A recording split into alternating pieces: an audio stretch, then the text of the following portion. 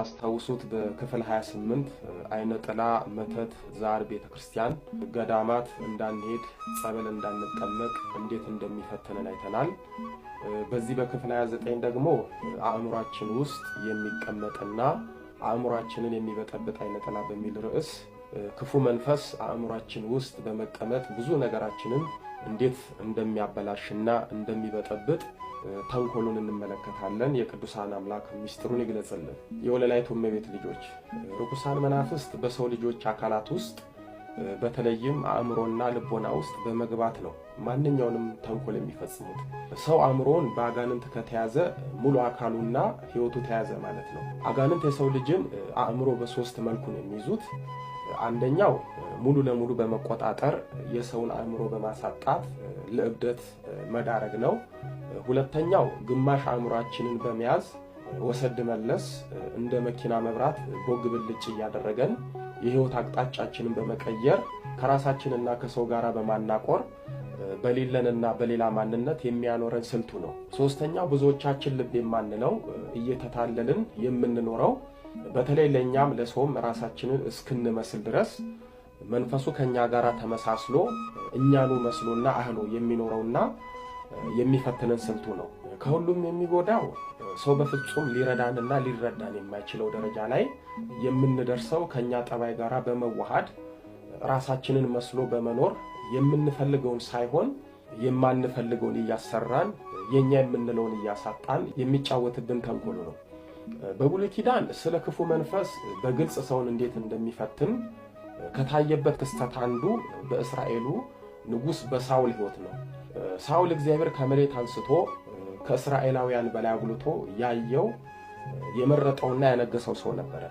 እስራኤላውያን ነብዩ ሳሙኤል በሸመገለ ጊዜ ንጉስ ስጠን ብለው አስጨነቁት። ይህ ሐሳባቸው ግን መልካም አልነበረም። እግዚአብሔርም የሳውልን ፍጻሜ ያውቅ ስለነበረ ሳሙኤል በዚያን ቀን ለእናንተ ከመረጣችሁት ከንጉሳችሁ የተነሳ ትጮሃላችሁ፣ በዚያን ቀን እግዚአብሔር አልሰማችሁም ብሎ ነገራቸው። ሳሙኤልም የሚቀባው ንጉስ ፍጻሜው መልካም እንዳልሆነ ቢነግራቸውም ህዝቡ እምቢ አለው። እንደ ፍላጎታቸው ንጉሰ መዓት ሳውልን አነገሰላቸው። በአንደኛ ሳሙኤል ምዕራፍ 8 ቁጥር 18 እስከ 22 መመልከት ይቻላል። በዚህ መንገድ የነገሰው ሳኦል አሞናውያንን ድል በመንሳት ህዝቡን ደስ አሰኘ። ነገር ግን ለእግዚአብሔር በመታዘዝ አልጸናም። በመጀመሪያ ፍልስጤማውያንን ፈርቶ የሳሙኤልን መምጣት ሳይጠብቅ መስዋዕትን በማቅረብ እግዚአብሔርን በደለ። ያልታዘዘውን መስዋዕት በማቅረቡ ከሳሙኤል ዘንድ መንግስቱ ተነጥቆ ለዳዊት እንደተሰጠ መርዶ ሰማ። ሁለተኛ በአማሌቅ ላይ በታዘዘ ጊዜ ለእግዚአብሔር በሙሉ ልቡ አልታዘዘም። እስራኤላውያን ከግብፅ የባርነት ሕይወት ወጥተው ወደ ሀገራቸው ሲመለሱ አማሌቃውያን በመንገድ እያሸመቁ አደጋ እየጣሉ ያሰቃዩዋቸውና የመከራ መንገዳቸውን ያስረዝሙባቸው ስለነበረ አማሌቃውያንንና የአማሌቅን ንጉሥ አጋግን እንዲገድላቸው እንስሳቶቹንም እንዲያጠፋ ቢያዘውም የተባለውን ሳይፈጽም አጋግን ከመግደል ይልቅ በመማረክ ከእንስሶችም የሰቡትን በመተው ለእግዚአብሔር ያለመታዘዙን አሳየ። ሳሙኤልም ለምርኮ ሳስተህ ለምን የእግዚአብሔርን ቃል አልሰማህም?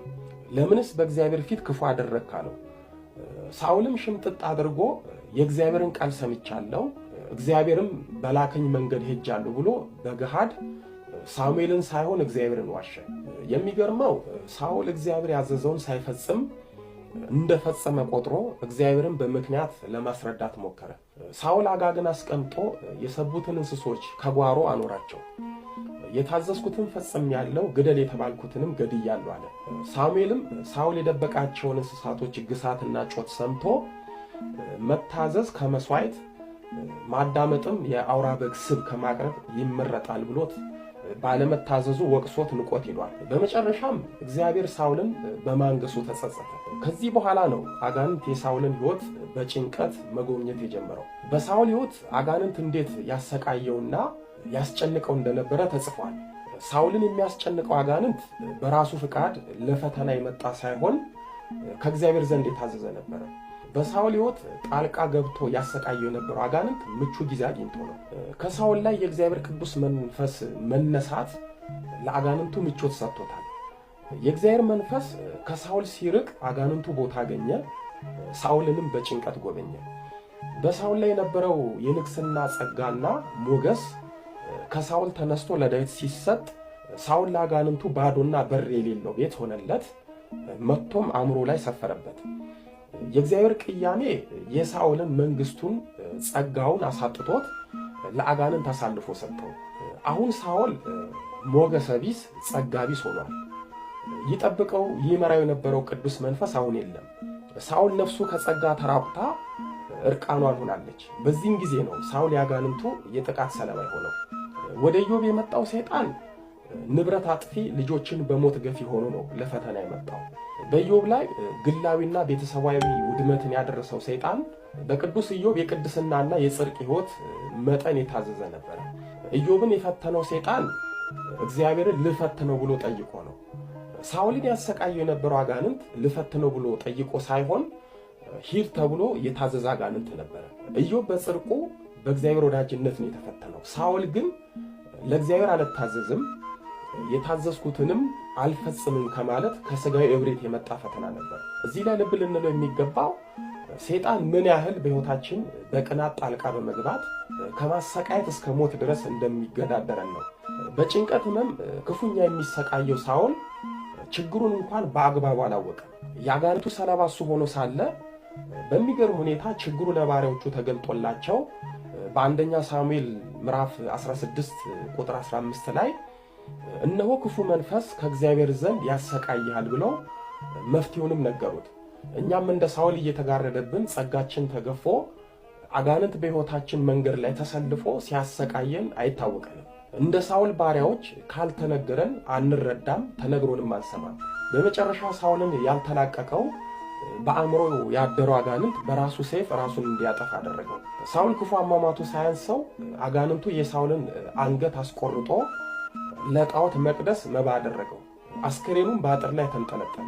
የሳውልን ሞት የሰሙት ሰዎች አስክሬኑን ወስዶ አቃጠሉት። ሳውል በእግዚአብሔርና በእስራኤላውያን ዘንድ ጥሩ ስምና መልካም መቃብር ሳይኖረው ቀረ። እኛም ለእግዚአብሔር መታዘዝን እምቢኝ ብለን ሕጉን አፍርሰን የምንኖር ከሆነ በሳውል ንግስና ሕይወት የገባው አጋንንት በእኛም ሕይወት ጣልቃ በመግባት ከውርደት እስከ ሞት ያደርሰናል።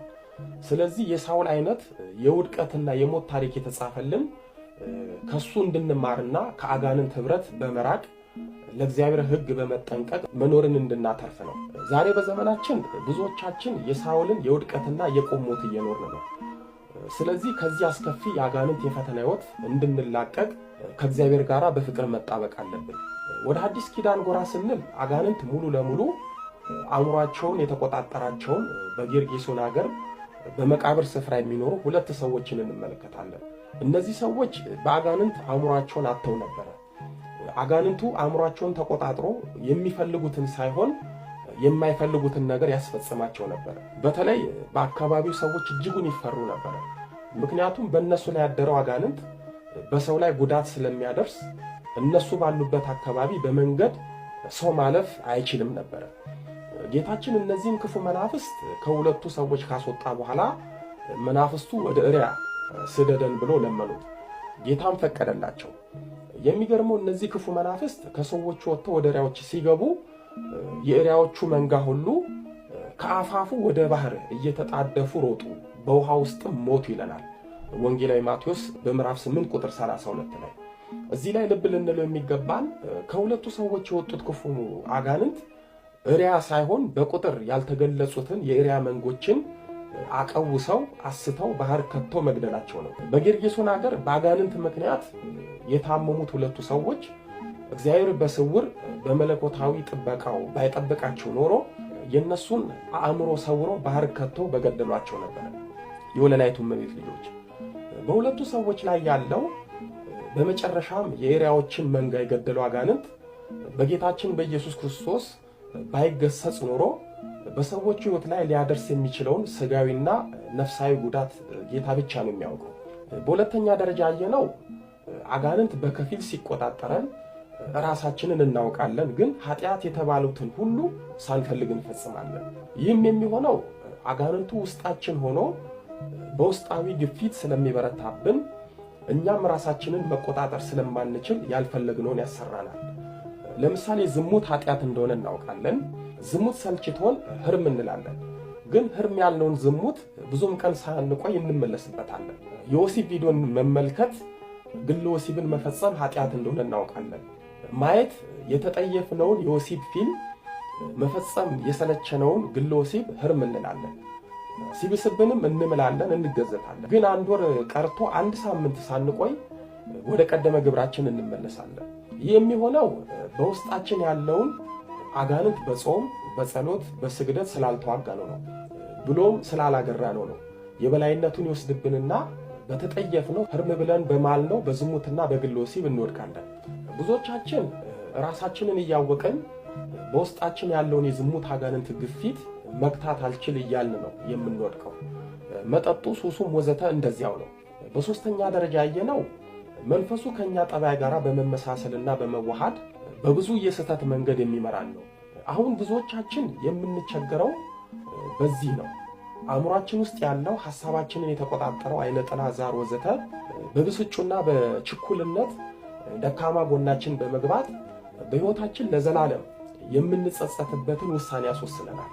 ብዙዎች ሊያጡት የማይገባውን ግን መልሶ የማያገኙትን እድላቸውን በክፉ መንፈስ ግፊት በተሳሳተና በችኩልነት ውሳኔ ብዙ ነገር አጥተዋል። ለምሳሌ የሥራ፣ የትምህርት፣ የእጮኝነት፣ የትዳር ሌሎችንም እድሎች ውስጣችን ያለው ክፉ መንፈስ ቆም ብለን የምናስብበት ከኛ ሻል ላሉ ሰዎች የምናማክርበት ጊዜ አሳጥቶን በእጃችን ያለውን እድል ነጥቆናል። አጭሯን ሕይወታችንን ዙሪያ ጥምጥም አድርጎብናል። ሕይወታችንን አበላሽቶብናል። አጋንንት አእምሯችንን ሲቆጣጠረን ችግራችንን ለሰው እንኳን የምናማክርበት ጊዜ ሳይሰጠን በራሳችን እንድንወስን አድርጎን በእጃችን ያለውን መልካም ነገርና ሕይወት ያሳጣናል። ሁሌም እኛ ትክክል ነን ብለን ነው የምናስበው። ስህተት መሆኑን የምናውቀው ስናበላሽና ስንነጠቅ ነው። የወለላይቱ እመቤት ልጆች ርኩሳን መናፍስት በተለይ ከጠባያችን ጋር ተመሳስለው ተዋህደው መኖር ከጀመሩ ሁሌም ሕይወታችን አንድ ወደፊት አምስት ወደ ኋላ ነው። እንጀምራለን፣ አንጨርስም። እንራመዳለን፣ አንሮጥም። እንሮጣለን፣ የትም አንደርስም። ሕይወት ለኛ ጅማሬ እንጂ ፍጻሜ አይኖራትም። ሐዘን እንጂ ደስታ አይኖራትም። የምትሰጠን ሳይሆን የምታሳየን የምታቁለጨልጨን ነገሯ ይበዛል። ሕይወት ለሰዎች የአስፓልት ለኛ ግን የኩርንችት መንገድ ነው የምትሆንብን። ለዚህም ነው አንዳንዶች በተፈጥሮ ጥሩ ዕውቀት ብልሃትና ጥበብ ኖሯቸው በያዙት ነገር እንዳይጠቀሙ አጋንንቱ አእምሯቸውን ጠፍሮ ይዞ በማስጨነቅ ለእብደት የሚዳርጋቸው። አይነ ጥላና ሌሎችም ርኩሳን መናፍስት አእምሯችንን ከተቆጣጠሩ ጠባያችንን በመቀየር ነጭናጫ፣ ብስጩ፣ ቆም ብሎ ለማሰብ ሳይሆን ቸኩሎ ለመወሰን፣ ለከፍተኛ ራስ ምታት፣ ለአእምሮ መዝገም፣ ለመርሳት በሽታ ይዳርጉናል። ይህ ብቻ አይደለም፣ ቅዱስ የሆኑ ሐሳቦችንም ማሰብ ይሳነናል። አንዳንድ ጊዜ ሰዎች ሳይፈልጉ ቀኒታ፣ ተንኮለኛ፣ ነገረኛ፣ ምቀኛ ይሆናሉ። ይህ የሚሆነው አእምሯቸውን እነሱ ሳይሆኑ መናፍስቱ ስለሚያዙበት ነው። ሰው አእምሮ በመናፍስት ሲያዝ ግትር ይሆናል። እሱ ያሰበው፣ እሱ የተናገረው፣ እሱ ያቀረበው ሐሳብ ቅዱስ፣ እሱ የተቸው ሰው፣ እሱ የጠላው ሰው ሁሉ ለእርሱ ርኩስ ነው። ቅድስና የሚጀምረው ከአእምሮ ነው። አእምሮ ቅዱስ ሲሆን ሰውነት ቅዱስ ይሆናል። አእምሮ ቅዱስ ሐሳብን ሲያስብ ሰውነት ይተገበራል። ከሦስቱ ንጽሕናዎች አንዱ የሐልዮ ወይም የማሰብ ቅድስና ነው። ለዚህም ነው እመቤታችንን በአባታችን ሆይ ጸሎት ውስጥ በሐሳብሽ ድንግል ነሽ የምንላት። የወለላይቱ እመቤት ልጆች ሁሉም ኃጢአቶች በሐሳብ የሚታቀዱት ለመተግበር የሚመቻቹት በአእምሮ ውስጥ ነው። ለምሳሌ ቅድም ያየነውን ዝሙትን ብናነሳ አንድ ሰው ለመዘሞት ከፈለገ ሕሊና ያስባል፣ ያቅዳል፣ ያመቻቻል፣ እግር ይወስዳል፣ አፍረት ዝሙት ይፈጽማል። ስለዚህ በዚህ የመዘሞት ኃጢአት ውስጥ ትልቁን ድርሻ የሚወስደው አእምሮ ነው። ስለዚህ የዝሙት አጋንንት እኛን ለማዘሞት በስሜት የሚነዳን ዘሙቱ ዘሙቱ የሚለን ሀፍረታችን ላይ ሆኖ ሳይሆን አእምሯችን ላይ ሆኖ ነው። አእምሮ ሲረክስ ነው ሰውነት የሚረክሰው። ለዚህም ነው ቅዱስ ጳውሎስ ለቲቶ በጻፈው መልእክቱ ላይ በምዕራፍ 1 ቁጥር 15 ነገር ግን አእምሯቸውም ሕሊናቸውም ረክሷል ብሏል። አጋንንት የሰው ልጅን አእምሮ ሲቆጣጠር ሰዎች የአጋንንት የጥፋትና የኃጢአት ሰረገላ ይሆናሉ። የሚፈልጉትን ሳይሆን በቀላሉ የማይፈልጉትን ነገር ይፈጽማሉ። አጋንንት ክቡር ሰው ሆነን ሳለን እንደ እንስሳ የሚያደርገን አእምሯችንን በመቆጣጠር ነው። ቅዱስ ዳዊት በመዝሙር 49 ቁጥር 20 ላይ አእምሮ የሌለው ክቡር ሰው እንደሚጠፋ እንስሳ መሰለ ያለው አእምሮን ባጋንንት ለተነጠቀ ሰው ነው። ስለዚህ በዚህ ደረጃ ለሚዋጉ ርኩሳን መናፍስት ዋናው መፍትሄ ጾም፣ ጸሎት፣ ስግደት ቢሆንም አጋንንቱን ከሊናና ከሰውነታችን ተጠራርጎ እንዲወጣ እኛ እውነተኛ ማንነትና ቅዱስ የሆነ ሐሳብ እንዲኖረን ከጸሎት ውዳሴ ማርያምን፣ ሰይፈ ሥላሴን፣ ሰይፈ መለኮትን፣ ጸሎተ ባርቶስን፣ አርጋኖንን፣ ዳዊትን፣ ሰኔ ጎልጎታን እንደ አቅም በርትቶ በመጸለይ ርኩሳን መናፍስትን ከህሊናችንና ከህይወታችን ልናርቃቸው ይገባል። ጸበልም ሳይሰለቹ መጠመቁ አጋንንቱን እንደ ጢስ እያተነነ እንደ ጉም እያበነነ ያጠፋዋል። ስግደት እንደ አቅም ቢሆንም በርታ ብሎ መስገድ ይጠበቅብናል። በቀጣይ በክፍል 30 አይነ ጥላ ሌሎችን መናፍስት በሐኪሞችና በሕክምና ላይ የሚያሰሩት ስህተት በሚል ርዕስ በውስጣችንና በሐኪሞች ላይ ያለው ክፉ መንፈስ በሌለብን በሽታ አካላችንን ሊጎዳ ሊያስቀድደን እስከ ሞት ሊያደርሰን እንዲሁም የላቦራቶሪ ውጤት በማዛባት የሌለብንን በሽታ በማናገር ከህመማችን ጋር የማይዛመድ መድኃኒት በማሰጠት በዚህም እስከ ሞት መድረስ የሕክምና መሳሪያዎች ስህተት ለተሳሳተ ሕክምናና ሞት መዳረግ የሐኪሞች የጠባይ መቀየር፣ ቸልተኝነት፣ ግዴለሽነት ከክፉ መናፍስት ተንኮልና ሴራ አንጻር እንመለከታለን። ሕዝቤ እውቀት ከማጣቱ የተነሳ ጠፍቷል። ትንቢተ ሆሴዕ ምዕራፍ 4 ቁጥር 6። ከትውልዱ ማን አስተዋለ? ትንቢተ ኢሳይያስ ምዕራፍ 53 ቁጥር 8። ፈረስ ለጦርነት ቀን ይዘጋጃል፣ ድል ግን ከእግዚአብሔር ዘንድ ነው። መጽሐፈ ምሳሌ ምዕራፍ 20 ቁጥር 31። ያስተማረን የመከረን የአባቶቻችን አምላክ ልዑለ ባሕርይ ቅዱስ መድኃኔ ዓለም ኢየሱስ ክርስቶስ ክብር ምስጋና ይድረሰው። ድንግል ስንላት ጌታን ወልዳ የተገኘች፣ ጌታን የወለደች ስንላት ድንግል የሆነች፣ ስሟን ለመጥራት ከሰማይ ከምድር የከበደች መንበረ ፀሐይ መንበረ ሥላሴ ንግሥተ ሰማይ ወምድር የጌታችን የመድኃኒታችን የኢየሱስ ክርስቶስ እናት ወለላይቱ እመቤት ድንግል ማርያም ምስጋና ይድረሳት። አሜን።